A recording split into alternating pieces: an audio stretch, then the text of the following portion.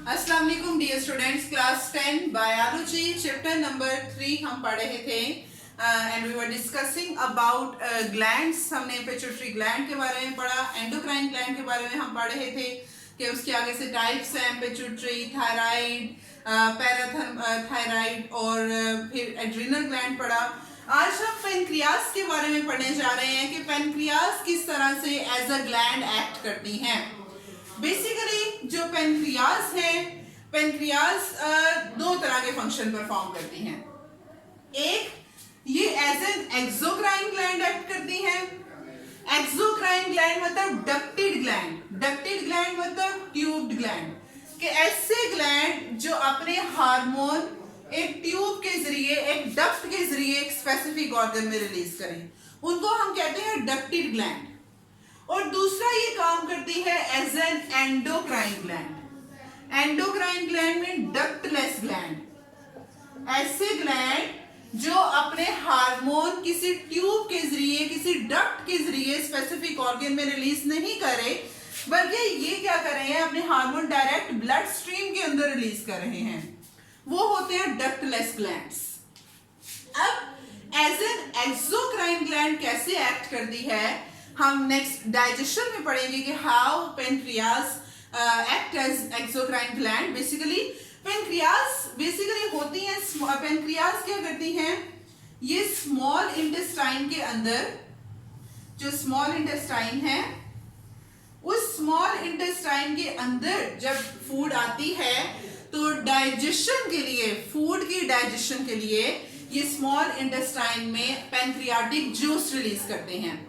उस pancreatic juice के अंदर एंजाइम्स होते हैं जो कि फिर हमारी फूड के अंदर जो प्रोटीन्स हैं और जो कुछ फैट्स हैं उनको डाइजेस्ट करने में हेल्प आउट करते हैं। तो इस तरह से ये as an exocrine gland act कर रही है।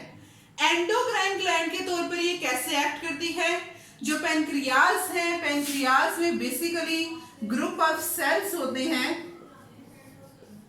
इन ग्रुप ऑफ सेल्स को हम नाम देते हैं आइसलेट्स ऑफ लैंग्रेंस।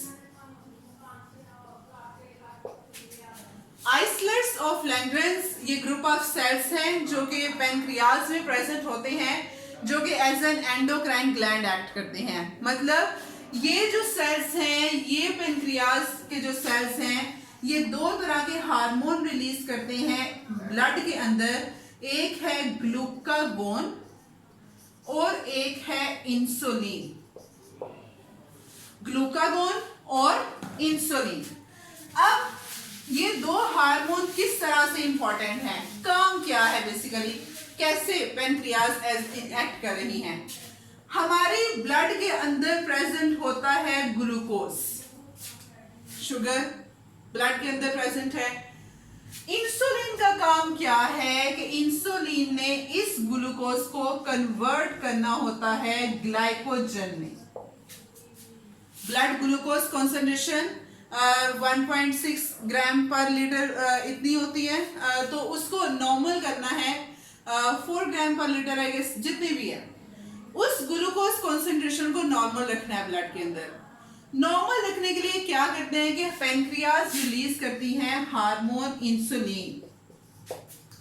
ये इंसुलिन हार्मोन क्या करता है, इस ग्लूकोज को ग्लाइकोजन में कन्वर्ट कर देता है। ठीक, अब जब हमारा ब्लड ग्लूकोज लेवल लो हो जाता है, जब ब्लड में ग्लूकोज की कमी हो जाती है, जब हमें वीकनेस फील होना शुरू हो जाती है, फिर क्या होता है कि एक दूसरा हार्मोन पेनक्रियास रिलीज करती हैं, ग्लूकागोन। ग्लूकागोन क्या काम करता है कि ये हार्मोन जो ग्लाइकोजन है, इस ग्लाइकोजन को ग्लूकोज में कन्वर्ट करता है। इसका ये काम है ग्लूकागोन का। और इंसुलिन का ये काम है कि वो ग्लूकोज को ग्लाइकोजन में कन्वर्ट करेगी। और ग्लूकागोन का काम क्या है कि जब ग्लूकोज की कमी हुई, ब्लड के अंदर कंसंट्रेशन लेवल लो हुआ, तो वो ग्लाइकोजन को ग्लूकोज में कन्वर्ट कर देगी। और इस तरह से हमारे ब्लड के अंदर नॉर्मल कंसंट्रेशन रहती है। अब क्या होता है जब इंसुलिन की हार्मोन की कमी हो जाती है, जैसे कि डायबिटीज के जो पेशेंट्स हैं, शुगर पेशेंट हैं, आपने देखा होगा कि उन वो इंसुलिन के इंजेक्शंस लगवाते हैं। क्यों लगवाते हैं? इस वजह से कि जब इंसुलिन हार्मोन की कमी हो जाती है, तो जब कमी हो जाएगी इसका मतलब ग्लूकोज ग्लाइकोजन में कन्वर्ट नहीं हो पाएगा। जब ग्लूकोज ग्लाइकोजन में कन्वर्ट नहीं हो पाएगा तो फिर हमारे ब्लड में ग्लूकोज की कंसंट्रेशन क्या हो जाएगी? ज्यादा। हमारे ब्लड में शुगर लेवल क्या होगा? हाई हो जाएगा। ब्लड में शुगर लेवल हाई हो जाएगा। जब ब्लड में शुगर लेवल हाई होगा तो फिर हम कहेंगे बंदे को शुगर हो गई है, डायबिटीज मेलाइटिस हो गई है। उस बीमारी को डायबिटीज मेलाइटिस कहते हैं। दो तरह की डायबिटीज होती है ना, एक इंसिपिडस होती है, एक मेलाइटिस होती है। इंसिपिडस हमने पढ़ा जो वेसोप्रेसिन की कमी की वजह से हो रही है, जिसमें यूरिनेशन फ्रीक्वेंट होती है, ज्यादा से ज्यादा होती है।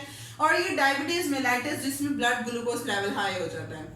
तो इस तरह से होता है इंसुलिन की कमी की वजह से। फिर इंसुलिन जो डायबिटीज के पेशेंट्स हैं वो इंसुलिन के इंजेक्शन लगवाते हैं, और इंसुलिन के इंजेक्शन लगवा के तो फिर वो अपने ब्लड ग्लूकोज को नॉर्मल ले आते हैं ताकि ग्लूकोज ग्लाइकोजन में कन्वर्ट होता रहे।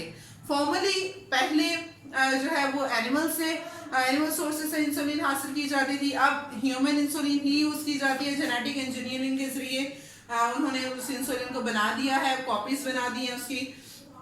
ग्लूकागॉन का काम कि ग्लाइकोजन को ग्लूकोज में कन्वर्ट करेगा। अब जब इंसुलिन की कमी हो जाएगी तो ब्लड में ग्लूकोज क्या हो जाएगा? ज्यादा। और जब ग्लूकागॉन की कमी हो जाएगी तो ब्लड के अंदर ग्लूकोज क्या हो जाएगा? कम। इनका काम है बेसिकली ब्लड में ग्लूकोज लेवल की कॉन्सेंट्रेशन को नॉर्मल रखना, बैलेंस रखना। जब इंसुलिन की कमी, glucose level rise in blood. जब ग्लूकागॉन की कमी, glucose level fall in blood. और इस तरह से फिर ये दोनों ही अच्छे नहीं होते। तो डायबिटीज मेलाइटिस के पेशेंट्स का फिर वेट लॉस होना शुरू हो जाता है, टाइटनेस उनको बहुत ज्यादा होती है, मसल वीकनेस बहुत ज्यादा हो जाती है, उनको दिनों में पतले भी होते रहते हैं। तो अगर परहेज ना करें तो इस तरह से जो है ये पैनक्रियाज हमारे लिए हेल्पफुल होती हैं। इस तरह से हार्मोन रिलीज कर रही हैं और फिर हमें इन हार्मोन्स की ज़रूरत बहुत ज़्यादा पड़ रही है, बहुत ज़्यादा इम्पोर्टेंट है। अब ये दिन ब दिन क्योंकि डायबिटीज़ की बीमारी बढ़ती जा रही है तो इंसुलिन की नीड भी बढ़ती जा रही है। एंड थैंक्स टू बायोटेक्नोलॉजी जिसने ये इंसुलिन जो है वो कॉपी करना स्टार्ट कर दिया है, बनाना ये शुरू की, कॉपी करना शुरू की है बेसिकली। तो that was all about pancreas. अब हम जब डायबिटीज मेलाइटिस के पेशेंट्स का टेस्ट करें कि इसको डायबिटीज है या नहीं है, तो 8 से 10 आवर फास्ट रखते हैं वो, कुछ खाते पीते नहीं है। उसके बाद फिर उनका जो है वो ग्लूकोज कॉन्सेंट्रेशन चेक की जाती है ब्लड में। तो जो नॉर्मल पेशेंट है उसकी तो 70 ml पर जो है वो ब्लड में होती है, पर 100 ml ब्लड में 70 जो है वो ml ग्लूकोज होती है। लेकिन जो डायबिटीज के पेशेंट्स हैं उनकी 170 से 250 ml तक जो है वो ग्लूकोज लेवल चला जाता है। फिर हमें पता चल जाता है कि इसको डायबिटीज है। तो ये था पैनक्रियाज का। कल हम इंशाल्लाह गॉनेट्स के बारे में पढ़ेंगे कि ये गॉनेट्स कौन कौन से हार्मोन रिलीज करते हैं। हमारे एग्स, ओवरीज और जो टेस्टिस हैं मेल में, वो कौन से हार्मोन रिलीज करते हैं, वो किस तरह से इंपॉर्टेंट है, इसको हम डिटेल में पढ़ेंगे इंशाल्लाह। आज के लिए इतना ही। अस्सलाम वालेकुम, अल्लाह हाफिज।